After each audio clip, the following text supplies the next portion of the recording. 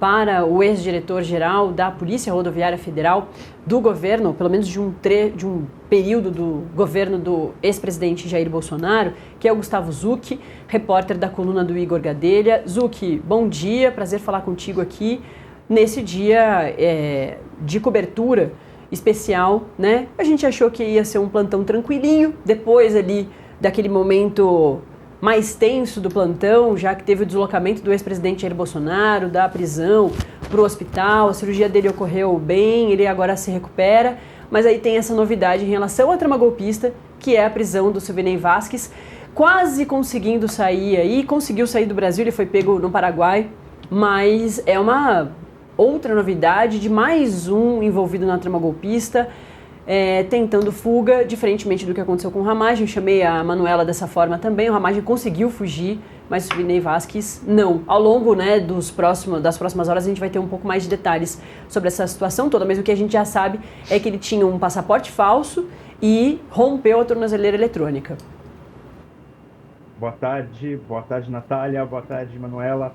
Um prazer estar aqui. Você falou de plantão tranquilo. Acho que para quem trabalha com política nos últimos anos sabe que não existe plantão tranquilo, né? Para quem não lembra, no ano passado, no dia 24 de dezembro, quem foi preso foi o Daniel Silveira, justamente por descumprir medidas cautelares determinadas pela Justiça, e esse ano é o Silvinei Vasquez, ex-diretor da Polícia Rodoviária Federal, que está dando trabalho para os jornalistas, quase acabando o plantão de Natal, começando o plantão de Ano Novo.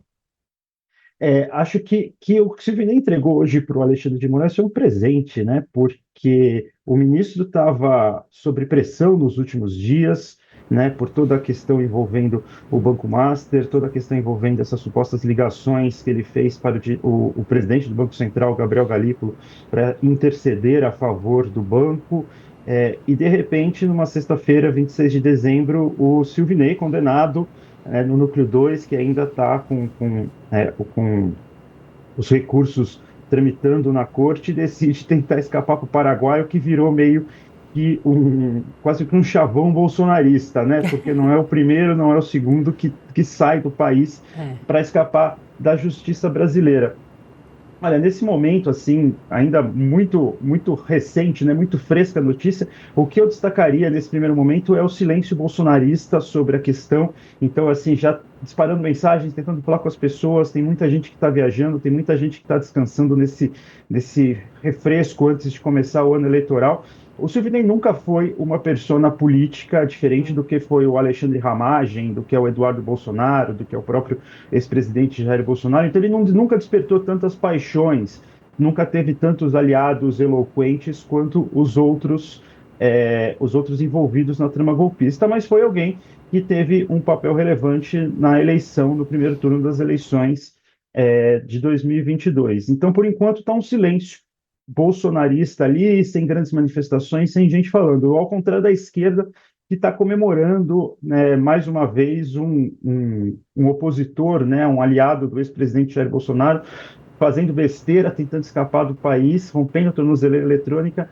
e sendo preso, o que reforça muitos os discursos da situação hoje, né, dos petistas, da esquerda hoje, de que, ao contrário do que foi com o presidente Lula, que enfrentou a condenação, que não fugiu, que se entregou para a justiça e que passou mais de 2 anos preso até ter os seus processos anulados pelo Supremo Tribunal Federal, os bolsonaristas não. Os bolsonaristas não estão enfrentando a justiça, estão tentando escapar. A gente teve Alexandre Ramagem, a gente teve Carla Zambelli, agora a gente tem Silvinei Vasquez, sem mencionar Eduardo Bolsonaro, que não é condenado pela justiça, mas que responde a investigações de coação no processo da trama golpista e que está nos Estados Unidos sem perspectiva de voltar para o país. Então, mais um personagem aí bolsonarista fazendo a alegria da esquerda em um Natal tardio, vamos falar assim. Eu já vi aqui a deputada Duda Salabé comemorando, Ivan Valente, Pedro Rousseff, né, que é vereador em Belo Horizonte, sobrinho da ex-presidenta Dilma Rousseff, justamente comentando essa fama de fujão que os bolsonaristas estão pegando, que alguns dos bolsonaristas estão pegando ao não encarar a justiça brasileira e tentar se evadir. Não funcionou para Carla Zambelli, não funcionou para o Ramagem, que deve também ser extraditado em breve, e não funcionou para o Silvinei Vasquez, esse que foi preso antes mesmo de conseguir deixar a América do Sul. Ô, Manu, a gente viu o caso, por exemplo, de outro aliado do ex-presidente, inclusive da trama golpista, do general Augusto Heleno, que não tentou fugir, ficou aguardando ali a polícia encaminhá-lo à prisão definitiva ali para o começo do cumprimento da pena dele, mas teve ali o relato logo no segundo dia que ele foi preso, de que ele estava desde 2018 com Alzheimer, né? Ele conseguiu a prisão domiciliar agora, depois que comprovou com diversos exames que ele tem ali um quadro de saúde bastante delicado, por isso mesmo conseguiu lá a prisão domiciliar. A gente está acompanhando agora o caso, por exemplo, do ex-presidente Jair Bolsonaro, que é denunciado pela PGR como líder da trama golpista. A justiça o condena dessa forma, por isso recebe a maior condenação, né, dos 27 anos e 3 meses de prisão, inicialmente em regime fechado, mas pedindo o tempo todo a defesa dele a prisão domiciliar humanitária, justamente porque a gente vê, ele está internado agora, passa por diversos procedimentos por causa do intestino e de outros problemas que ele tem. Então a gente também pode ver alguma situação um pouco diferente no caso do ex-presidente Jair Bolsonaro mais para frente, né, Manu? Nath, o caso do general Heleno, boa tarde, Zuki, ainda não tinha falado com você. O caso do general Heleno, ele é diverso do caso do presidente Jair Bolsonaro, apesar dos constantes pedidos de prisão humanitária, devido a essa saúde fragilizada mesmo que o ex-presidente tem, né? Passou por várias cirurgias após a facada, mas na decisão que concedeu a prisão domiciliar a Augusto Heleno, o ministro Alexandre de Moraes, que é o relator aí de todos esses casos, ele frisou de maneira assim, ele colocou ali diversos parágrafos na decisão de que Heleno nunca teve indícios, nunca apresentou indícios de fuga. Então, isso levou também, além da questão do Alzheimer, quando Heleno foi preso aqui, quando o processo dele transitou em julgado, ele foi condenado a 21 anos de prisão, ele foi para o comando da capital, aqui em Brasília, e quando ele chegou lá, houve essa informação ali no primeiro momento dos médicos de que ele teria Alzheimer desde 2018. Mas aí, Nath, ele era ministro ali do GSI, então ele teria atuado num cargo de relevância, né, num cargo ali estratégico com Alzheimer. A gente sabe que Alzheimer é uma doença progressiva, mas é uma doença, é um tipo de demência. Então, como ele poderia ter feito todo esse comando? Logo em seguida, após essa questão, esse detalhamento médico ali, quando ele chegou na carceragem ali do Exército, a defesa de Augusto Heleno falou, olha, não, houve um equívoco, o relatório dele de Alzheimer é de janeiro, a doença começou em janeiro de 2025, já vinha se investigando, então ela agora que está evoluindo, por isso a gente pede a prisão humanitária, as questões cognitivas dele já estão, né, mais comprometidas. Então o ministro Alexandre de Moraes falou, olha, tem contradição. Aqui há uma contradição nos laudos, nos depoimentos, então eu vou pedir para que a Polícia Federal faça esse laudo e me diga onde que está a verdade. Então a Polícia Federal fez toda essa análise no general Heleno e constatou-se de fato Alzheimer, né, já um estágio aí que vem caminhando, problemas na coluna, uma saúde bem fragilizada.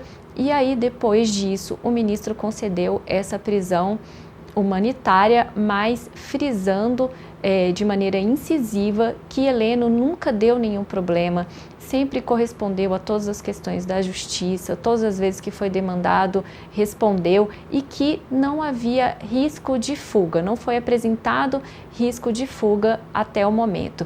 E aí, aqui se diverge da questão do ex-presidente Jair Bolsonaro, Nath, porque a gente já vivenciou diversas não tentativas, mas indícios de fuga ali. Bolsonaro chegou aí para a embaixada da Hungria, passou ali uma noite numa embaixada, tanto que Alexandre de Moraes acabou dando aquela decisão, né, de que ele não poderia nem se aproximar de embaixadas, porque isso seria um indicativo de pedido de asilo político para outro país, né? E também Bolsonaro teve agora o mais recente caso, que acabou levando ele ali num primeiro momento para a cela de Estado-Maior, ali na Superintendência da Polícia Federal, que ele tentou queimar a tornozeleira que ele usava. Bolsonaro estava preso pelo inquérito 4995, né, que analisa ele e o filho Eduardo Bolsonaro de coação, né, de coação no curso do processo judicial, devido a todas aquelas tentativas ali de envolver o governo dos Estados Unidos para pressionar que o STF não julgasse Jair Bolsonaro. Jair Bolsonaro acabou sendo julgado e condenado a 27 anos e 3 meses de prisão. Mas dentro desse processo ele estava em prisão domiciliar desde o dia 4 de agosto e tentou queimar a tornozeleira eletrônica que ele usava com uma solda. Então aí a gente pode até fazer uma analogia com esse caso do Silvinei, porque Bolsonaro, quando tenta romper a tornozeleira, a Secretaria de Administração Penitenciária aqui do Distrito Federal foi avisada na hora, né? Apitou ali no sistema deles e eles conseguiram chegar até a casa dele, aqui onde ele estava preso, e verificar que a tornozeleira estava rompida, e como ele descumpriu essa medida cautelar, foi levado até a superintendência. Com Silvinei Vasquez, a mesma coisa, rompeu a tornozeleira. Tem uma decisão, Nath, para todos esses condenados da trama golpista, de que devem ser enviados relatórios diários ao Supremo Tribunal Federal sobre a situação da tornozeleira. Como eles têm restrição de sair do país e alguns têm restrição ainda maior, né, que não pode circular por alguns lugares, são enviados relatórios diários. Então, assim, o monitoramento, ele apita na hora. Você cortou a tornozeleira, o sistema ali vai ter acesso. Então, Silvinei, que estava ali em Santa Catarina, o sistema lá da administração penitenciária deles já pegou isso, avisou para a Polícia Federal, que fez ali todos os avisos nos países. Então, isso acaba sendo uma similaridade aí entre a questão do ex-presidente Jair Bolsonaro e também de Silvinei Vasquez. E aí, só lembrando, Nath, ler aqui, acho que a gente já falou amplamente, mas Silvinei Vasquez, ele foi condenado pelos 5 crimes da trama golpista, que é a tentativa de abolição violenta do Estado Democrático de Direito, golpe de Estado, participação em organização criminosa armada, dano qualificado e deterioração de patrimônio tombado.